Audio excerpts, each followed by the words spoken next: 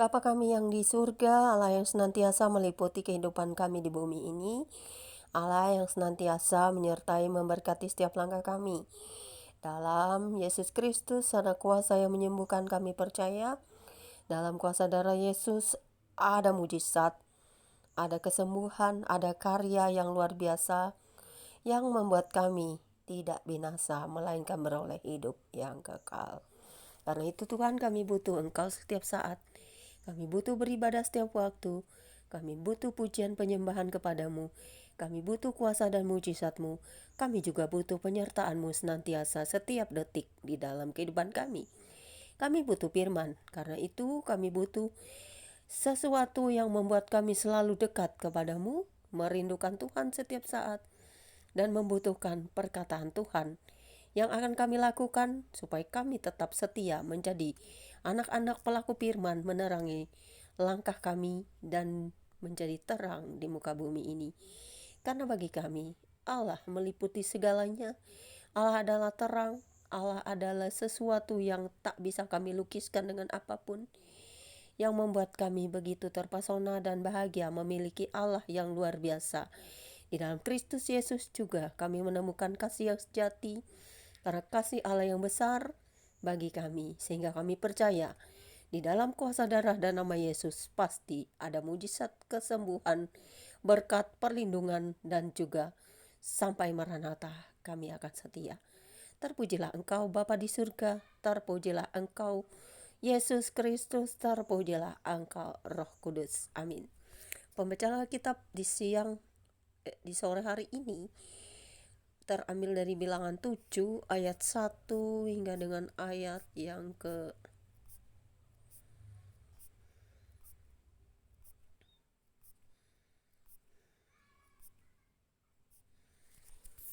apa ini ya, panjang, 7 hingga ayat 89 dengan perikop panjang ini saudara. Tapi jangan jemu-jemu yang baca Alkitab.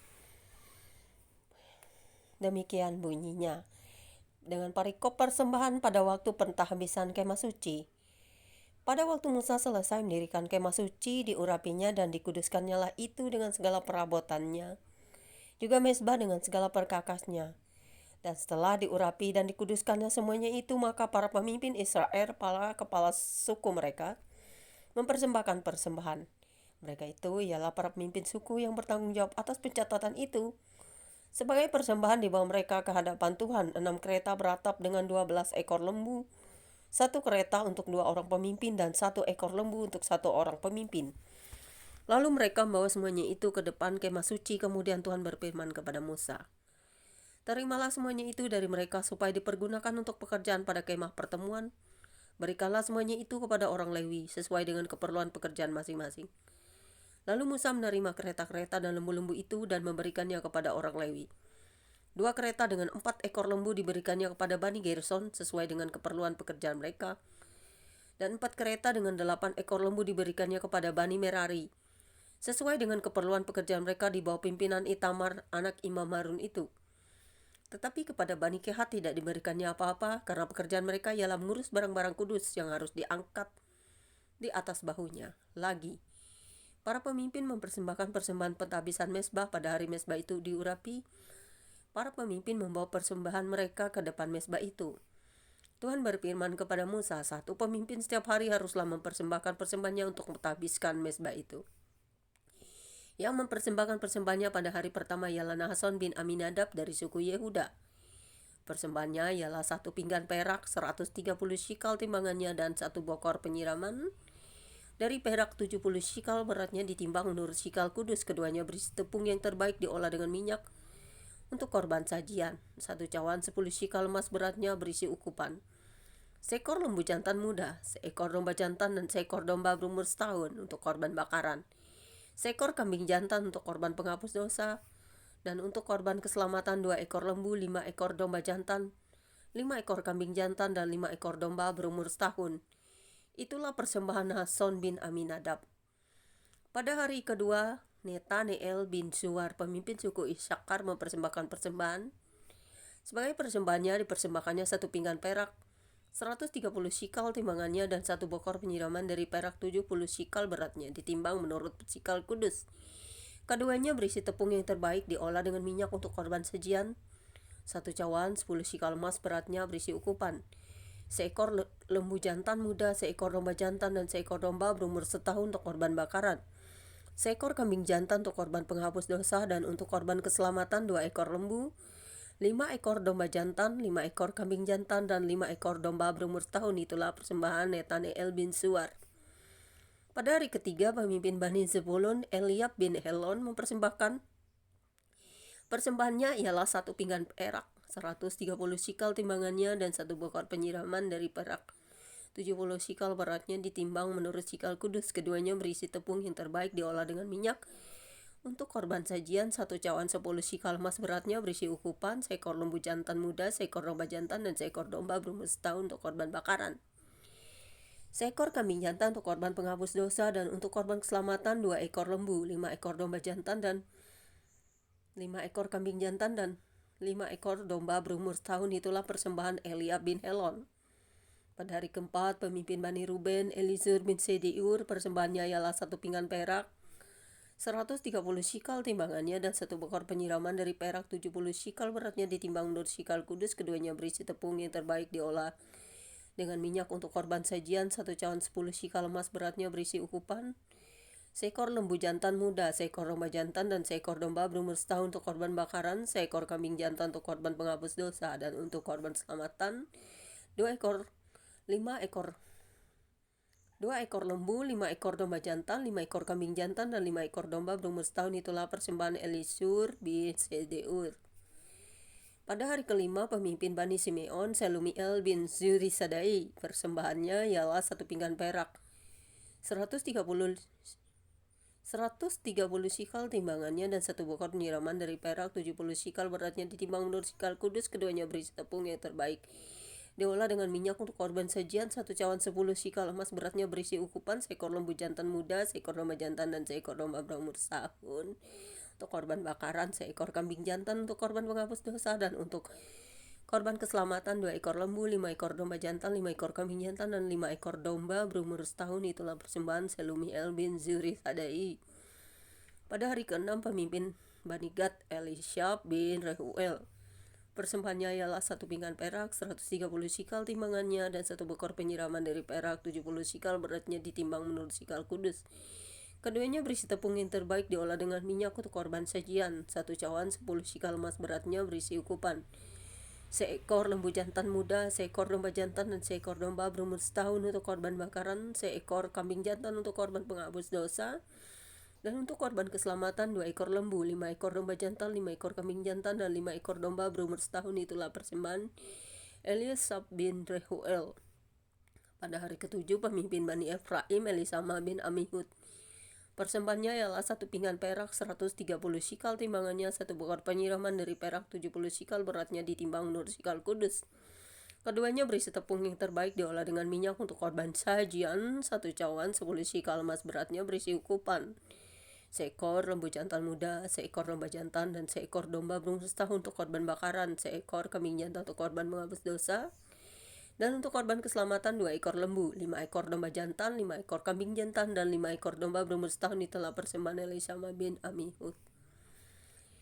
Pada hari ke-8, pemimpin Bani Manasye, Gamaliel bin Pedazur, persembahannya ialah 1 pinggan perak, 130 shikal timbangannya, dan 1 bokor penyiraman dari perak 70 shikal beratnya, ditimbang menurut shikal kudus. Keduanya berisi tepung yang terbaik diolah dengan minyak untuk korban sajian. 1 cawan 10 shikal emas beratnya berisi ukupan, seekor lembu jantan muda, seekor domba jantan, dan seekor domba berumur setahun untuk korban bakaran. Seekor kambing jantan untuk korban penghapus dosa, dan untuk korban keselamatan 2 ekor lembu, 5 ekor domba jantan, 5 ekor kambing jantan, dan 5 ekor domba berumur setahun. Itulah persembahan Gamaliel bin Pedazur. Pada hari ke-9, pemimpin Bani Benyamin, Abidan bin Gideoni, persembahannya ialah 1 pinggan perak, 130 shikal timbangannya, dan 1 bokor penyiraman dari perak 70 shikal beratnya, ditimbang menurut shikal kudus. Keduanya berisi tepung yang terbaik diolah dengan minyak untuk korban sajian. 1 cawan 10 shikal emas beratnya berisi ukupan, seekor lembu jantan muda, seekor domba jantan, dan seekor domba berumur setahun untuk korban bakaran. seekor kambing jantan untuk korban penghapus dosa, dan untuk korban keselamatan 2 ekor lembu, 5 ekor domba jantan, 5 ekor kambing jantan, dan 5 ekor domba berumur setahun. Itulah persembahan Abidan bin Gideoni.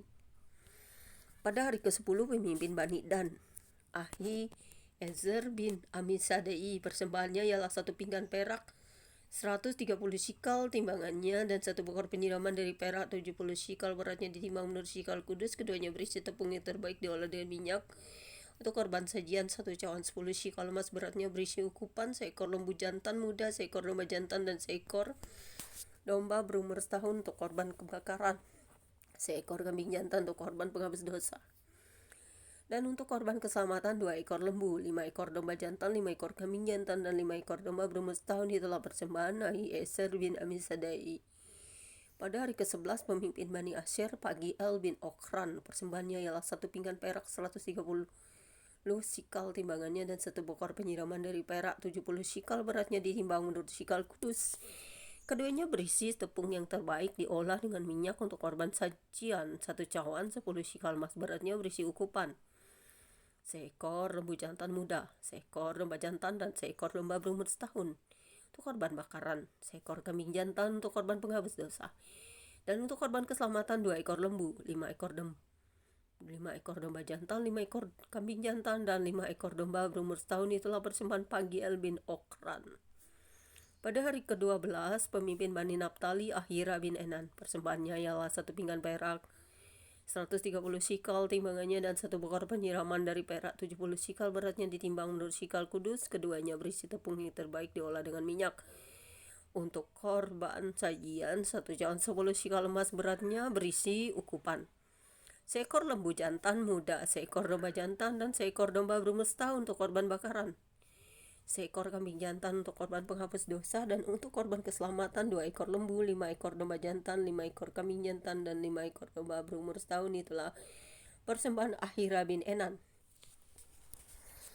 Itulah persembahan pentahbisan mezbah. Pada hari mezbah itu diurapi dari pihak para pemimpin Israel, yaitu 12 pinggan perak, 12 bokor penyiraman dari perak, 12 cawan emas. Beratnya tiap-tiap pinggan adalah 130 shikal perak, dan beratnya tiap-tiap bokor penyiraman adalah 70 shikal. Segala perak perkakas-perkakas itu ada 2.400 shikal beratnya ditimbang menurut shikal kudus. Selanjutnya 12 cawan emas berisi ukupan, tiap-tiap cawan 10 shikal beratnya ditimbang menurut shikal kudus. Segala emas cawan itu ada 120 shikal beratnya. Segala hewan untuk korban bakaran itu ialah 12 ekor lembu jantan, 12 ekor domba jantan, 12 ekor domba berumur setahun dengan korban sajiannya. Juga 12 ekor kambing jantan untuk korban menghapus dosa. Segala hewan korban keselamatan itu ialah 24 ekor lembu jantan, 60 ekor domba jantan, 60 ekor kambing jantan, 60 ekor domba berumur setahun. Itulah persembahan pentahbisan mezbah sesudah mezbah itu diurapi. Apabila Musa masuk ke dalam kemah pertemuan untuk berbicara dengan dia, maka ia mendengar suara yang berfirman kepadanya dari atas tutup pendamaian yang di atas tabut hukum Allah. Dari antara kedua kerub itu demikianlah ia berfirman kepadanya. Sampai di sini pembacaan kitab kita sore hari ini. Berbahagialah setiap kita yang memelihara, menjaga, merenungkan firman Tuhan, serta kita bisa mengerti dan memahaminya. Terpujilah Bapa di surga, terpujilah Yesus Kristus, terpujilah Roh Kudus. Amin. Selamat sore, selamat beraktivitas kembali, selamat beribadah, dan God bless you all.